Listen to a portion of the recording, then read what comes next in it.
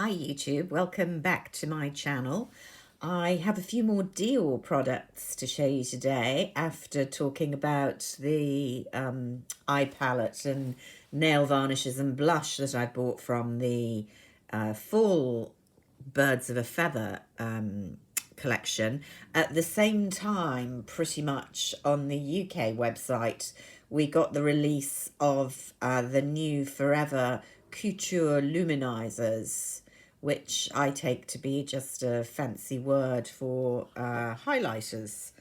And if you've watched much on my channel, you'll know that I am a total sucker for highlighters. I think, I guess along with a good, well-matched lipstick, and definitely, obviously, foundation.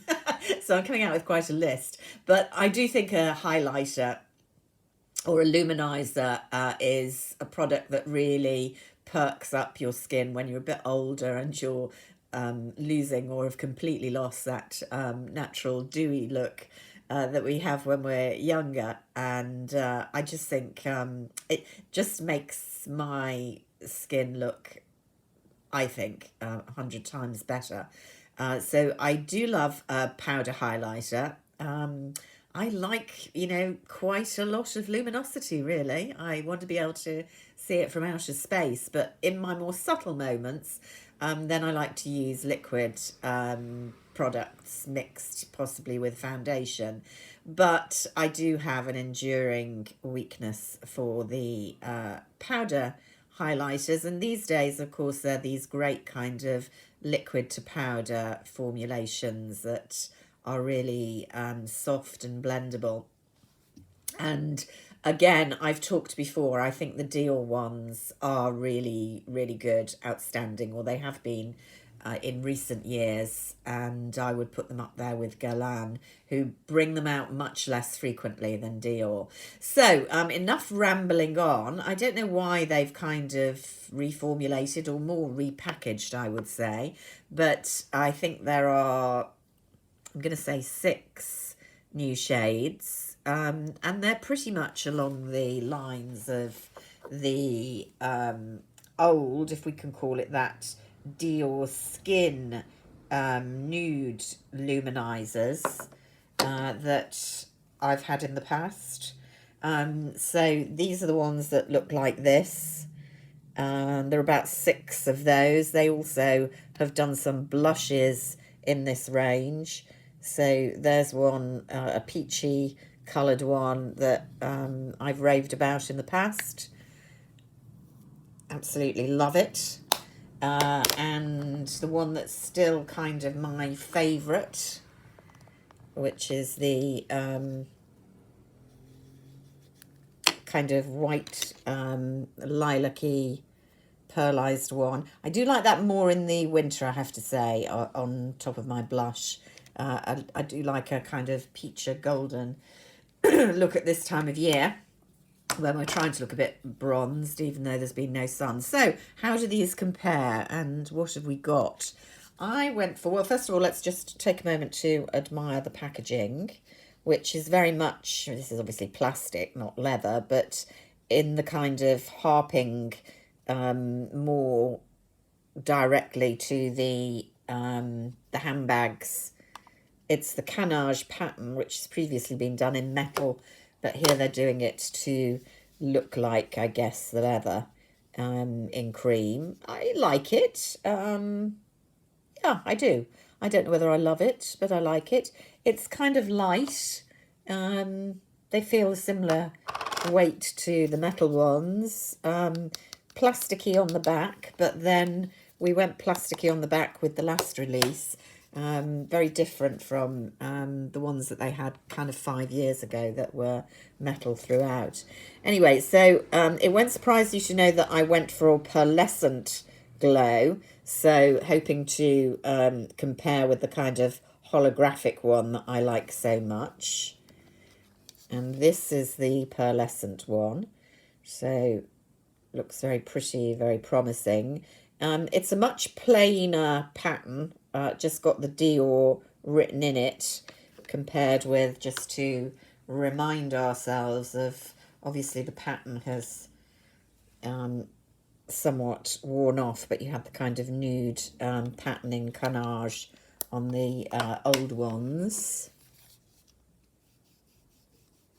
So it feels a lot grittier, and I think you can see that there.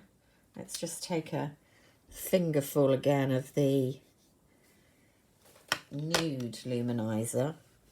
So you can see there how much smoother the nude luminizer is. Then this one looks really gritty, as if we're going to have a lot of fallout there. Yeah, and it definitely, it does look glittery, but it's also almost like a kind of wet look. I quite like it.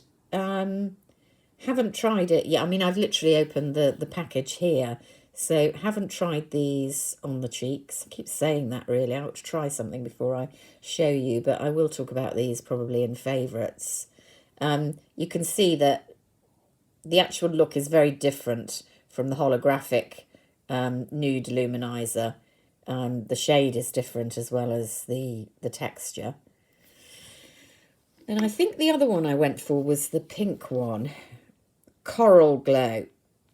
There's a kind of golden glow. There's a pink one. Now, okay, so that's reminding me a lot of one of the blush glows that I got last year. I haven't got it out. Again, it doesn't feel anything like as smooth as the nude skin luminizers. That one's less kind of gritty. It goes on much smoother. And it's coral with definite glow. Now, this looks to me as it's possibly going to be pigmented enough to work as a blush on me, fair-skinned as I am, rather than just as a luminizer.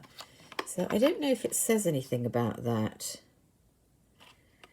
Intense highlighting powder, long wear and comfort is how they're described. So they're very much described as highlighters, but I think you can see there on fair skins, that's definitely going to look as if it's giving quite a bit of colour and not just highlight.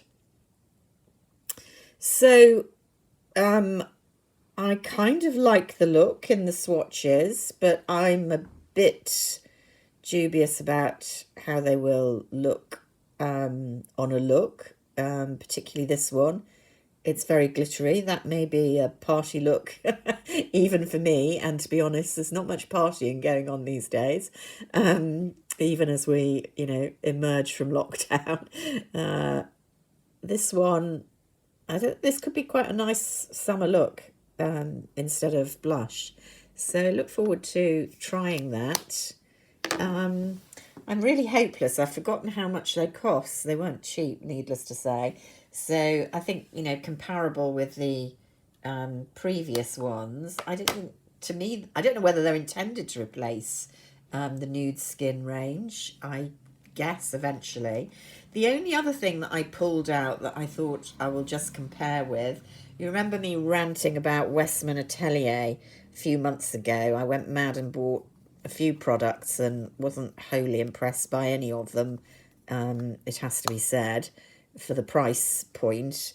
But this was probably the one I liked the most, although I keep forgetting I've had it. And this is the kind of highlighter. And it's a very sticky, feels completely different to those rather dry powders. This, when you put your finger in, it's almost tacky. But you can see there is so much creamier, but that same kind of jewel, more pink than coral, but with gold on it. I keep meaning to take this out and use it a bit more. The look is quite similar. The texture is quite different, and that may affect how well they last on the skin, I'm guessing. So that's the Westman Atelier Peur de Rose, which now that I've got it out, having remembered it, golly, it's heavy. It's like a stone. I'm going to put it prominently in the bathroom, so I remember to use it a little bit when I'm starting to try these to see how it compares. So, as I say, there are a few other colours, the usual kind of gold, peach. Several of them look very pretty. I'm open-minded to see how these go. They certainly look interesting on the swatches. So I don't know if any of you have tried them, particularly if you have been fans of the Dior highlighters in the past, what you think of them. Always interested to know. Thank you all for your comments on my previous video. It looks as if the Birds of the Feather is a popular collection, I think. A lot of people loving those palettes and tempted to get them. So Dior seem to be ahead in the fall makeup ranges at the moment. We'll have a little look at Chanel maybe later this weekend and see what we think of that one. Until then, have a very good weekend, very good Friday night. Keep safe and well, and I'll speak to you soon. Bye for now.